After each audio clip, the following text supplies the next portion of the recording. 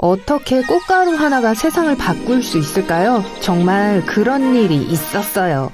1827년 찰스 다윈 이전의 영국 최고 식물학자였던 로버트 브라운은 식물의 수분 작용을 연구하다가 현미경 아래에서 이상한 일이 일어나고 있다는 것을 알아차렸습니다. 꽃가루 하나가 물방울 속에서 이리저리 흔들리고 있었어요. 브라운은 호기심을 갖고 오랫동안 현미경으로 꽃가루를 관찰했는데 그것은 끊임없이 흔들렸어요. 계속 떨리고 흔들리고 있었죠. 패턴은 전혀 없었어요. 그냥 무작위로 지그재그로 계속 움직였어요. 그는 이유를 알 수 없었어요. 로버트 브라운은 그것을 알아내기 위해 부지런히 노력했어요. 브라운은 꽃가루가 떠있는 물방울의 온도를 바꿔봤어요. 온도를 낮추자 꽃가루의 움직임이 덜해졌어요. 물방울을 데우자 꽃가루는 더 많이 움직였어요. 브라운은 이것에 관해 글을 썼어요. 그리고 그의 기사를 읽은 과학자 중 누구도 그 이유를 알아내지 못했어요. 브라운 운동의 불가사의하고 보이지 않는 원인은 밝혀지지 않았어요. 과학계는 당황했어요. 한 가지 설명이 제기됐습니다. 일부 과학자들은 물의 에너지가 꽃가루를 움직이게 하는 거라고 주장했어요. 하지만 증거가 없었어요. 증거는 과학에서 필수적이며 증거가 없으면 공상과학일 뿐이에요. 그리고 왜 꽃가루 알갱이가 계속해서 이리저리 흔들리는지에 대한 어떠한 증거도 제시되지 못했기 때문에 과학자들은 그냥 잊어버리기로 했어요. 꽃가루가 과학자들을 이겼어요. 75년 동안 과학계는 꽃가루가 지그재그로 움직이는 설명할 수 없는 문제를 다소 무시해왔어요. 알버트 아인슈타인이 관심을 갖기 전까지 말이죠. 이 꽃가루 알갱이가 춤을 추는 데는 분명히 이유가 있을 거예요. 그냥 책상 위에 물 한 잔을 놓고 그 안에 꽃가루를 넣어서 무슨 일인지 알아낼 수 있는지 봐야겠어요. 보이지 않는 현상들은 근본적일 수 있어요. 중력, 자력, 그게 무엇이든 말이죠. 하지만 만약 우리 물리학자들이 전에 들어본 적이 없는 보이지 않는 에너지가 아니라면요? 내가 항상 말하듯이 간단할수록 더 좋죠. 어쩌면 꽃가루 알갱이가 춤을 추는 것이 아닐 수도 있어요. 어쩌면 꽃가루 알갱이가 현미경으로도 볼 수 없는 아주 작은 것에 의해서 이리저리 떠밀리고 있는 걸지도 몰라요. 생각 좀 해볼게요. 물리 공식을 만들기 위해서 내가 해결하고자 하는 것을 결정해야 합니다.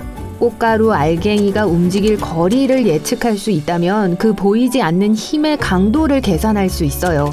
하지만 움직임이 무작위이기 때문에 제 예측은 모든 조건에 비례해야 합니다. 모든 것은 상대적이죠. 아하! 앞에 있는 뷰 스크린에 공식이 보이기 시작해요. 아직 뷰 스크린이 없죠. 곧 나올 거예요. 연필 어디 있죠? 제가 생각해낸 건 이렇습니다. 근사하죠? 다양한 물리 공식을 조합하는 그의 뛰어난 재능을 발휘하면서 아인슈타인은 물 위에 떠서 무작위로 움직이는 꽃가루 알갱이 입자가 물의 점성, 물의 온도, 입자가 움직인 거리, 개별 꽃가루 알갱이의 질량과 크기, 그 속도, 그리고 운동 지속 시간에 따르는 운동의 통계 법칙을 따른다는 것을 보여주었습니다. 유체역학에 대한 아인슈타인의 새로운 통계적 접근은 계산적인 감소로 단일 H2O 물 분자의 질량과 궁극적으로 수소와 산소 원자의 수치를 산출하는 것을 가능하게 했어요. 브라운 운동은 해결되었고 아인슈타인은 20세기를 원자의 세계로 안내했어요. 간과되었던 작은 꽃가루 알갱이의 흔들림이 원자를 증명하는 길로 이어졌어요. 그 꽃가루 알갱이는 노벨상감이에요. 무작위 사건에 대한 통계 분석은 다양한 과학 응용 분야에서 필수적인 도구가 되었습니다. 무작위적인 움직임이었던 브라운 운동의 이해로 과학은 마침내 기상현상, 게임 이론, 교통 흐름, 주식시장의 변동, 심지어 인간의 세포 기능까지도 양적으로 파악할 수 있게 됐어요.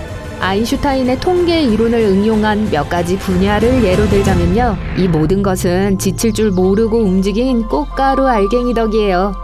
하지만 과학이 그냥 잊고 넘기기로 했지만 알버트 아인슈타인의 집중적인 관심을 끈 이상한 현상이 또 있었어요.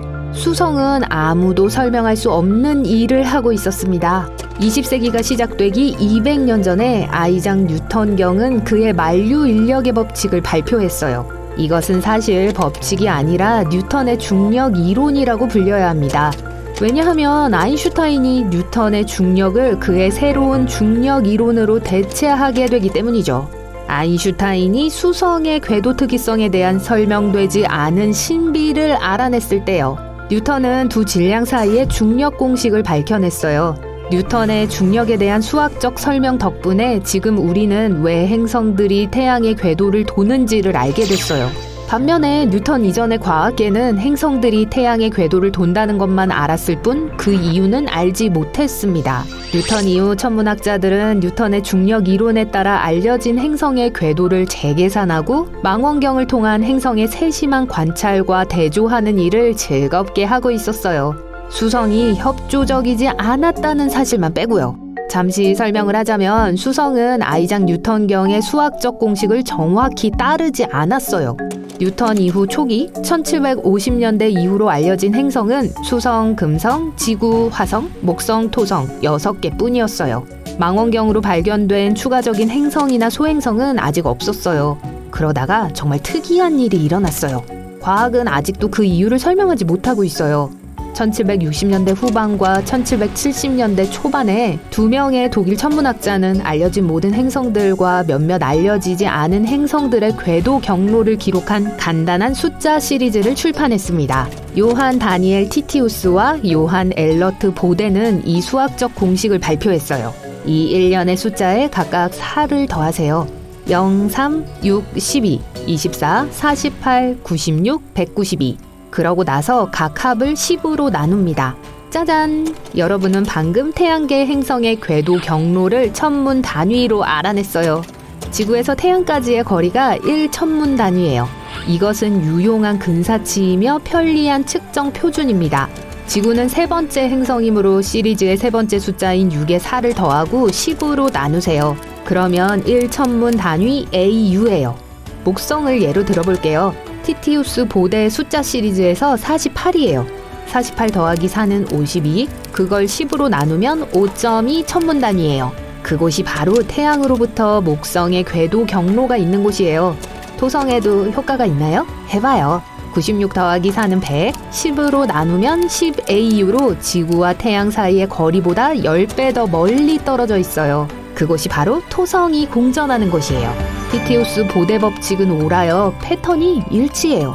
천문학자들은 재빨리 화성과 목성 사이 토성 다음에 있는 숫자에 주목했어요. 티티우스 보데 공식은 윌리엄 허셜이 1781년 천왕성을 찾고 발견한 것과 1801년에 주세페 피아지에 의한 최초의 소행성 세레스 발견에 영감을 주었어요. 그건 이상할 정도로 정확한 숫자 시리즈예요. 티티우스 보데 법칙은 오늘날 토성의 위성들, 천왕성의 위성 시스템의 위치를 예측하고 심지어 다른 별 주변의 외계 행성들의 위치를 파악하는 데도 사용되고 있어요. 어떻게 이것이 정확한지는 아무도 모르지만요. 젊은 아인슈타인이 해결해 볼 만한 미스테리처럼 보이네요. 다시 주제로 돌아갈게요. 수성은 어떻게 달랐을까요? 수성은 뉴턴의 중력으로는 계산되지 않은 방식으로 움직이고 있어요. 수성 궤도의 근일점, 즉 수성이 태양에 가장 가까워지는 위치가 매년 조금씩 앞으로 나아가고 있었어요. 그것은 눈에 뜨일 정도였고 뉴턴의 중력 공식에 의해 설명되지 않았어요. 태양계 내부에 수성의 궤도에 영향을 미치는 다른 행성이 있지 않다면요. 그래서 수성 궤도 안에 있는 행성을 찾는 작업이 시작됐어요. 그 행성의 잠재적 궤도의 계산은 전 세계로 퍼져나갔어요. 벌칸이라는 이름까지 지어졌어요. 전 세계 망원경은 태양 근처의 벌칸을 찾기 위해 새벽과 일몰의 하늘을 뒤졌습니다. 하지만 수성 궤도 안에서는 어떤 행성도 발견되지 않았어요. 벌칸은 존재하지 않았어요. 미안해요, 스팍. 또 하나의 난제군요. 수성 궤도 근일점의 변칙적인 움직임은 50년이 넘도록 아무 설명도 없이 미스테리로 남아 있었어요. 아인슈타인이 스위스 베른의 특허청 동료와 야외 카페에서 커피를 마시고 있을 때까지는요. 미셸 베소는 아인슈타인의 동창이자 평생 친구였어요. 난 앞뒤가 맞는 걸 좋아하지 않아. 나도 그래, 알버트. 수성 근일점의 전방 이동은 앞뒤가 맞지 않아. 설탕 좀 줘. 벌칸은 아니야. 아니, 벌칸은 아니야. 그럼 뭘까? 알버트, 넌 물리학적으로 모든 문제를 해결하려고 계속 애를 써. 엔지니어적인 접근 방식을 적용하는 게 어때? 무슨 뜻이야? 만약 태양계를 실체적인 구조로 본다면 답이 있을지도 몰라. 좋아, 미셸. 계속 설명해봐. 내가 이 빈 커피잔의 테두리를 손가락으로 더듬으면 그 경로는 원형이야. 하지만 이 냅킨을 컵에 채워서 이렇게 원뿔 모양을 만든다면 원뿔 안의 타원 궤도는 앞으로 나아가는 경향이 있어. 세상에, 우주는 평평하지 않아. 웨이터, 미셸에게 커피 한 잔 더 갖다 줘요. 많은 계산을 새로 해야 할 거야, 알버트. 아, 그래, 가봐야겠어. 웨이터, 그 커피 됐어요? 나중에 봐, 미셸. 그래, 알버트, 행운을 빌어. 아인슈타인이 1905년 그의 특별한 상대성 이론을 발표했을 때 그는 미셸 베소의 매우 귀중한 공헌을 인정했어요. 미셸 베소와 아인슈타인이 1915년 아인슈타인의 일반 상대성 이론을 발표하기 전 몇 년 동안 주고받은 편지가 최근 경매에서 약 130억 원에 팔렸습니다.